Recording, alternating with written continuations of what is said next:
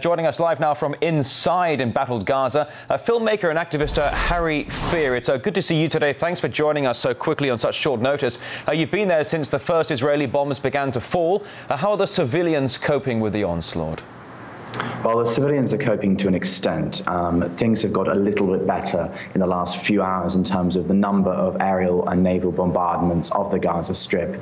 However, the sort of casualties that are being inflicted with those newly limited bombardments is still very grave. As you just reported, we're talking about 30 injuries as a result of one targeting in Jabalia. We've seen houses which have basically just been wiped off the map in Gaza in the last 24 hours. So people are still remaining terrorized. A friend of mine who lives in a dangerous area of Gaza, not because it's particularly got any resistance fighters in it, but just because Israel is reckless in its targeting, she had to evacuate her home 3 times since the beginning of Operation Pillar of Cloud. That's how dangerous things are here in Gaza. But your friend saying that the Israeli airstrikes are not being entirely accurate, well, that's exactly the opposite from what we've heard from the Israeli Defense Forces and the ministry. Isn't this supposed to be a precision targeting job?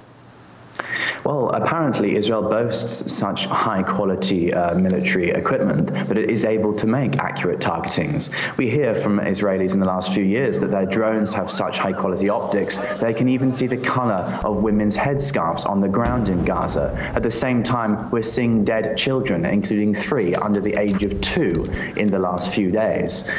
We have to ask ourselves, why exactly is this happening? To me, it seems obvious here on the ground that Israel is willing to use disproportionate force to recklessly attack the targets that it wishes to assassinate, many of whom have been democratically mandated by the Palestinian people. Now, Israel and its allies are arguing that the militants are to blame for the conflict by firing at Israel first. Is there a sense among the people that Hamas could in fact be provoking further attacks now?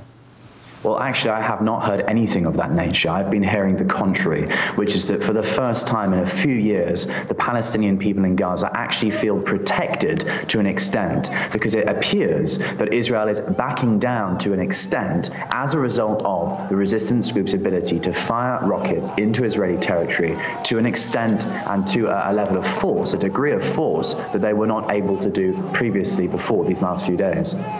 Now, according to the Israeli Defense Ministry, it says it's eliminated 90% of Hamas's military capabilities. At the same time, the IDF chief has reportedly ordered the army to increase the pace of strikes on Gaza. We've been seeing the swelling of troops along the Gaza border. Now I understand 75,000 reservist troops are being called up as well. It would appear that a ground invasion is next on the cards. You're in Gaza. What are you seeing? What are you hearing? Well, we've heard very mixed bits of analysis over the last 24 hours, and particularly the last 6 hours with regard to a ground invasion. The streets here are still empty generally. It's like a ghost strip of land, like ghost town. People are still fearing further violence, further collateral damage, and people are trying to stockpile food and fuel, etc., as has been going on the last few days since the operation started. People here still fear the worst. They fear a ground reoccupation of the Gaza Strip with tanks and commandos, etc.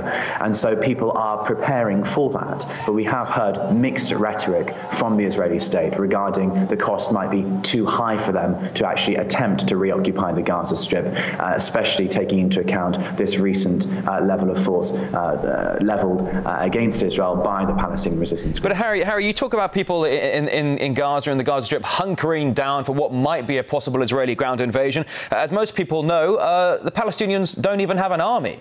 So how would it happen? How would it work out?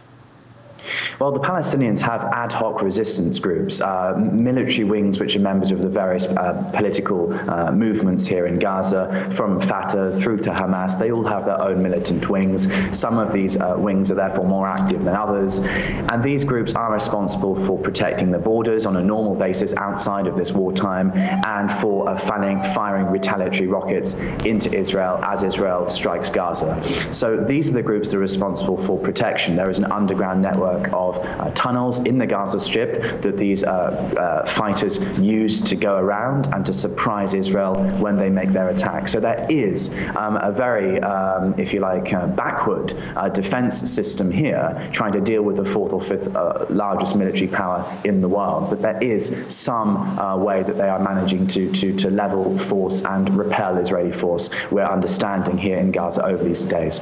All right, live from Gaza, filmmaker Harry Fear, thanks for joining us on RT today.